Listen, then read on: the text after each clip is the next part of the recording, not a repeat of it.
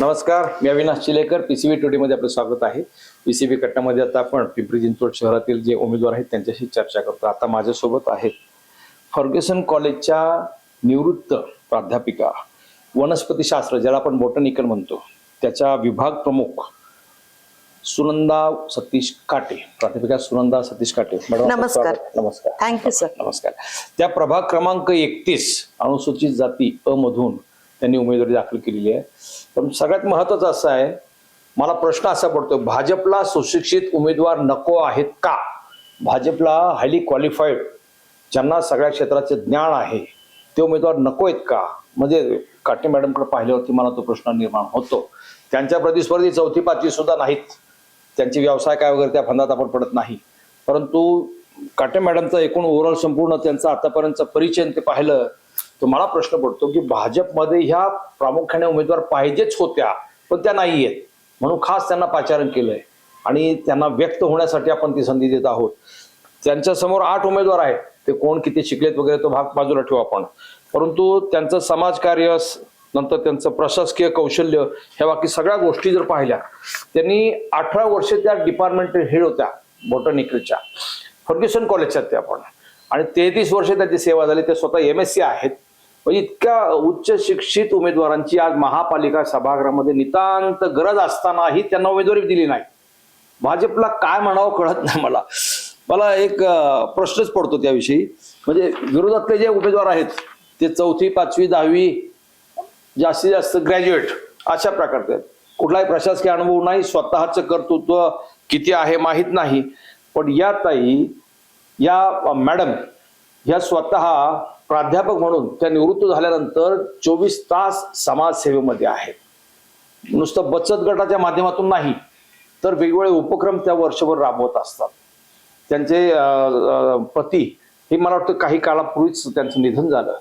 सगळ्यात वाईट गोष्ट अशी आहे, म्हणजे मला त्यांनी सांगितलं, मला सुद्धा डोळ्यात पाणी आलं की त्यांच्या मातोश्रींचं आता नुकतंच निधन झालंय. अशाही परिस्थितीमध्ये ते सगळं दुःख बाजूला ठेवून त्या केवळ भाजपची उमेदवारी मिळेल या अपेक्षेने त्यांनी तिथं दावा केला होता आणि त्यांना उमेदवारी तुम्हालाच मिळणार असं सांगितलं. प्रत्यक्षामध्ये त्यांच्याशी पण दगाफटका झाला. मला सांगा ताई, तुम्ही नेमकं निवडणुकीच्या रिंगणात यायचं कारण काय? सर, मी वर्षानुवर्ष काम करते, पहिल्यापासून सामाजिक बांधिलकी म्हणून. डॉक्टर बाबासाहेब आंबेडकरांनी म्हटलं होतं की तुम्ही कितीही सामाजिक कार्य करा, पण तुमच्या हातात सत्ता असेल तरच तुम्ही काहीतरी समाजासाठी करू शकता.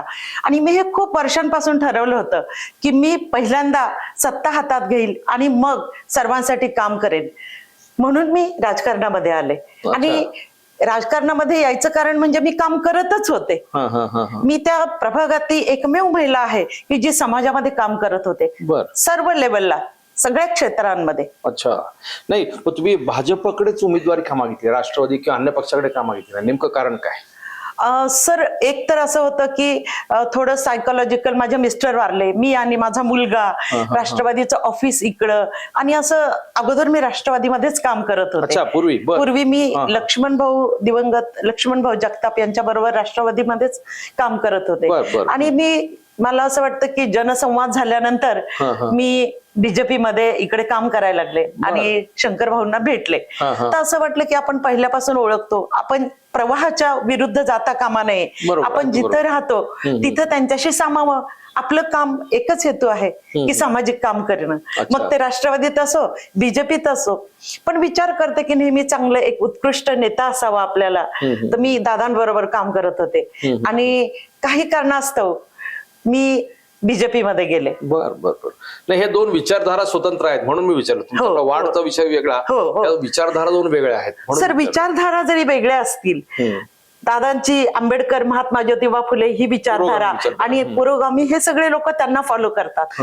पण मी जेव्हा पाहिलं की फडणवीस बघा, ते समाजासाठी हृदय ओपन करून क्वालिफाईड माणूस, खूप व्यवस्थितपणे आणि सर्वांसाठी इक्वॅलिटी ही त्यांच्याकडे आहे. हे नेतृत्व मला खूप आवडलं आणि म्हटलं की मी सांगवी पिंपळे गुरव मध्ये इतके वर्ष राहते, तर आपण समाजकार्य करतोच, तर आपण इथे का करू नये, म्हणून मी शंकर भाऊंच्यामुळे बीजेपीत गेले. तुमचा अपेक्षाभंग झाला? हो, खूप मोठा अपेक्षाभंग झाला की मला कॉन्फिडन्स होता की मी या वॉर्डमध्ये पहिल्यापासून काम करते. इव्हन शंकर भाऊंना पण माहिती होतं की काटे मॅडम ह्या जुन्या कार्यकर्त्या आहेत आणि यांच्याशिवाय इथं कोणी काम करत नाहीये. तर मला उत्साह होता. मी वॉर्डमध्ये फिरले आणि सगळे, मी एकमेव आहे की त्या वॉर्डमध्ये, त्या प्रभागामध्ये मला सगळेजण लोक ओळखतात. अच्छा. आणि इतर महिला ह्या वॉर्डच्या बाहेरच्या किंवा ज्यांना कोणी ओळखत नाही, बर, त्यांचे मुलं, त्यांचे नवरे, वडील असे लोक काम करतात. पण मी स्वतः काम करते म्हणून मला असं वाटलं की या निवडणुकीत मी भाग घ्यावा. लोकांना नक्कीच पटेल. कमाल. म्हणजे एकूण भूमिका तुम्ही ऐकली असेल तुम्हाला. पण आता भाजपकडून उमेदवारी मिळाली नाही, मग तुम्ही अपक्ष राहायचं ठरवलं. ह्या सगळ्या ह्या राजकारणाच्या धबडग्यामध्ये ही सगळी स्पर्धा पाहिली, पैशाचं राजकारण पाहिलं, ह्याच्यामध्ये तुम्हाला उमेदवारी करावी, अपक्ष उमेदवारी करावी, हे धाडस कसं काय आलं? म्हणजे कारण काय? आणि तुम्ही निवडून याल याची खात्री कशी काय? सर, खूप छान प्रश्न विचारलात तुम्ही.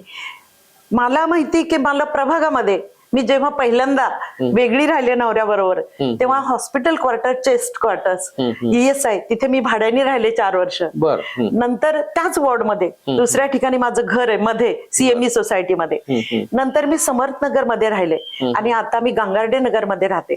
म्हणजे पूर्ण प्रभाग हा मला ओळखतो. मी नेहमीच कार्यक्रम घेते आणि जास्त ओळखीत.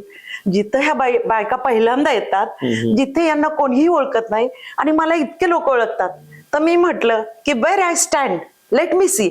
मला बघायचंय की मी या प्रभागामध्ये मला किती लोक ओळखतात आणि मी कुठे स्टँड होते.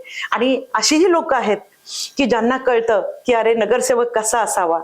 ते लोक नक्कीच मला मत देतील आणि माझा जनतेवर विश्वास आहे की लोक कितीही खाली गेली तरी पण त्यांना नेहमी आपला चांगली व्यक्ती पाहिजे असते, चांगली व्यक्ती पाहिजे असंच आहे. आणि या प्रभागामध्ये नोकरी करणारे आहेत, स्टुडंट्स आहेत, झोपडपट्टी पण आहे. आणि मी अतिशय प्रतिकूल परिस्थितीतून आलेली आहे. हो, अतिशय प्रतिकूल परिस्थितीत काम करून शिकणं. अच्छा, बर. की जिथे खायलाही मिळत नव्हतं, अशा परिस्थितीतून आलेली आहे. तर समाजाची मला जाणीव आहे म्हणून मी म्हटलं की मी इथे उभा राहणार आणि मी निवडून येणार, हा मला कॉन्फिडन्स आहे. आणि हे सगळे जनतेच्या हातात आहे. मी पडले तरी सुद्धा माझ्या दृष्टीने मी निवडूनच आले. अगदी. मुळात धाडस करणं, निवडणुकीत उभं राहणं हा फार महत्वाचा आहे. आणि महिला ही सक्षम असायला पाहिजे, स्वतःचे निर्णय स्वतः घेता यायला पाहिजे. राजकारणामध्ये 50% महिलांसाठी आरक्षण आहे. ते आरक्षण जर खऱ्या अर्थाने लागू करायचं असेल तर तुमच्यासारख्या महिला राजकारणात असल्याच पाहिजे, हा विषयच येत नाही. आता सगळ्याच राजकारण शहरातलं पाहिलं तर तुम्हाला काय वाटतं नेमकं? सर, गढूळ आहे. गढूळ आहे की योग्य व्यक्तींना न्याय मिळाला नाही. म्हणजे माझ्या बाबतीतच नाही तर अनेक ठिकाणी शिकलेले आहेत, जे समाजकार्य करत होते, त्यांना न्याय मिळाला नाही. मी म्हणेन की कधी कधी माणसाचा अविचार होतो आणि बुद्धी चालत नाही. मी म्हणेन आपलंही बघा की कधी कधी निर्णय घेताना आपण चुकतो. पण यावेळेस राजकारण सगळं चुकलेलं आहे. कोणतंही असू द्या, राष्ट्रवादी असू द्या, BJP असू द्या, आणि इथे योग्य उमेदवार की ज्यांना समाजाची जाण आहे, ज्यांनी काम केलेलं आहे, अशांना न्याय मिळालेला नाहीये. पैशाच्या जोरावर येतील. अच्छा. पण त्याला अर्थ नाही. आजपर्यंत जे नगरसेवक आले असेच आमच्या इथून निवडून आले, अजून आम्ही त्यांना पाहिलंच नाही. होय का? हो. नाही, मग आता राजकारण कोणत्या दिशेने चाललंय आणि कोणत्या दिशेला असायला पाहिजे? तुम्ही प्राध्यापिका आहात, तुम्हाला संपूर्ण तुम्ही अभ्यास तुमचा प्रचंड आहे. राजकारणाचा सुद्धा तुम्ही जे बोलताय, राजकारण समाजकारणाचा अभ्यास तुमचा चांगला आहे. हे शहर आपलं ज्या दिशेने चाललेलं आहे राजकीय दृष्टिकोनातून, ते तुम्हाला योग्य वाटतंय? नाही सर, असं आहे की पहिलं म्हणजे पक्ष कोणताही असू द्या, राष्ट्रवादी असू द्या, BJP असू द्या किंवा बाकीचे, फक्त चांगला उमेदवार द्यावा. नात्या गोत्याची जे राजकारण आहे बऱ्यापैकी चाललेलं आहे. तुम्ही नावांवरून ओळखाल. तर प्रत्येक जण असं म्हणतो की आपल्याच नात्यातली, आपल्याच घरातली सगळी जण असावी तिथे. आमचा वाली कोण असेल ना? आमचे आईबाप होते राजकारणामध्ये. मग या नात्या गोत्याच्या राजकारणामध्ये तुम्ही पडलात कसे? सर, रिझर्वेशनची जागा आहे. डॉक्टर बाबासाहेब आंबेडकरांनी दिलेला हा अधिकार आहे. मग तो BJPचा असो, तो राष्ट्रवादीचा असो, तो आमचा अधिकार आहे ती जागा मिळवण्याचा, तिथून निवडून यायचा आणि लोकांचं नेतृत्व करण्याचा. क्या बात, छान. तुमच्याकडे तो ज्या प्रभागातून तुम्ही उभे आहात तिथल्या नेमक्या समस्या काय आहेत? तिथल्या समस्या सर, पहिलं म्हणजे स्त्रियांची सुरक्षितता. जरी पिंपळी गुरव असेल आणि बरीच गुंड मुलं आहेत, त्याचबरोबर मुलींना छेडणं किंवा बरेच प्रकार झालेले आहेत तिथं, तर तो प्रश्न, महिलांनी सबलीकरण, महिला कशी झाली पाहिजे, there should not be difference between mail and female. अर्थात प्रश्न नाही. इतकी सक्षम असली पाहिजे पहिल्यांदा ती. आचार विचार त्यांच्या आई वडिलांनी त्यांच्यावर तसे संस्कार केले पाहिजेत. हा प्रश्न आहे. रस्त्यांचा तर असतोच सर, निळू फुलेचा हे सगळं नॉर्मल आहे. पण झोपडपट्टीचे जे आहेत मुलं, त्यांना योग्य मार्गदर्शन, स्कॉलरशिप, त्यांच्यासाठी एक अभ्यासिका असावी जवळ, आणि त्या मुलांनी अभ्यास करावा. आणि ज्या कॉर्पोरेशनच्या शाळा आहेत त्यांचं स्टँडर्ड खूप चेंज झालं पाहिजे, की त्यांना छान बोलता आलं पाहिजे मुलांना. आता तुम्ही वाचलं असेल, पाहिलं असेल किंवा तुम्ही प्रत्यक्ष व्हिजिट केलं असेल, महापालिकेच्या शाळांचं स्टँडर्ड तुम्हाला काय लेवलमध्ये, तुम्ही ABC म्हणजे कशामध्ये दिसतं तुम्हाला? सर मी C मध्ये देईन. C मध्ये देईन.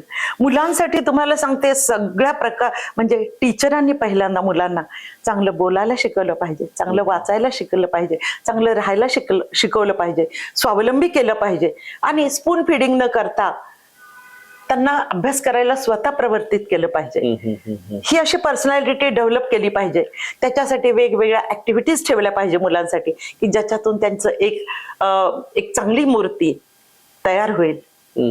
ते ह्या महापालिकेमध्ये कुठेही नाही. शिक्षक पुष्कळ चांगले असतील सर, करणारे छान करतात, पण असे काही आपण प्रोजेक्ट राबवले पाहिजेत की ते कंपल्सरी असले पाहिजेत. आणि या मुलांमध्ये बघा, कॉर्पोरेशनच्या शाळा इथं जर पाहिलं तर सगळी बहुजनांची मुलं आहेत. आणि ही बहुजनांची मुलं, ह्या बायका ज्या धुणं भांडी करतात, त्यांचे नवरे बरेच दारू पितात, त्यांना फी द्यायला पैसे नसतात सर. निशुल्कच पाहिजे. तुम्ही सांगा, तर त्यांना निशुल्क पाहिजे, त्यांना सगळ्या गोष्टी कॉर्पोरेशन मध्ये मिळाल्या पाहिजे. त्याहीपेक्षा त्यांची डेव्हलपमेंट झाली पाहिजे.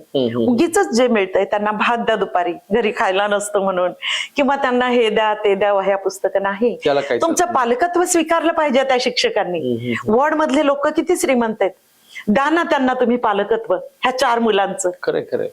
पुण्यामध्ये जसं आहे, पुण्यामध्ये आहे विद्यार्थी सहाय्यक समितीमध्ये, फर्ग्युसनच्या जवळच आहे ते, FC रोडला.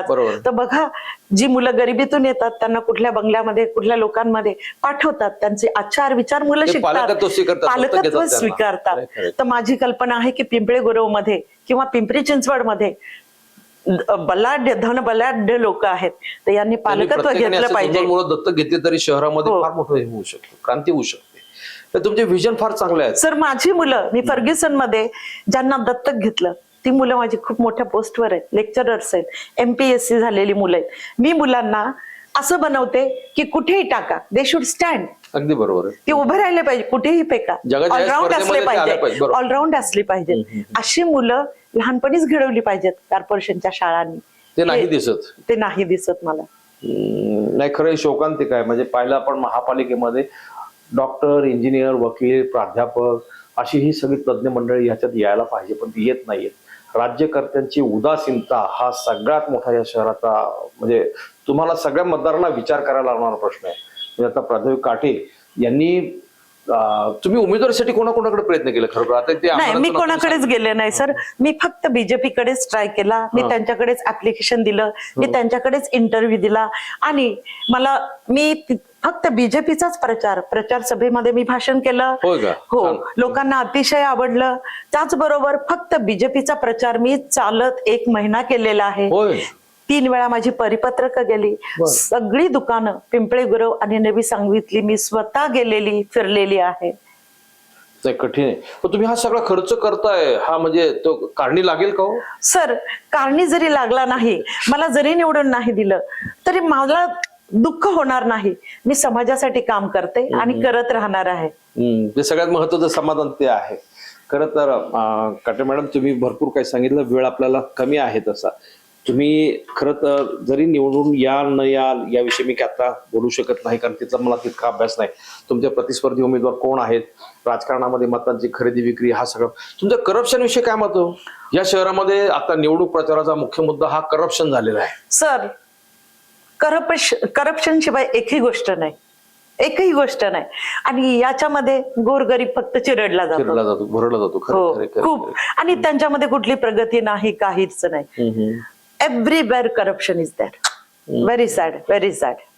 तुम्ही आला तर काय करणार सर? मी माझं कुटुंबात जशी काळजी घेते तशी याच्याही अगोदर मी पिंपरी चिंचवड साठी काम केलेलं आहे.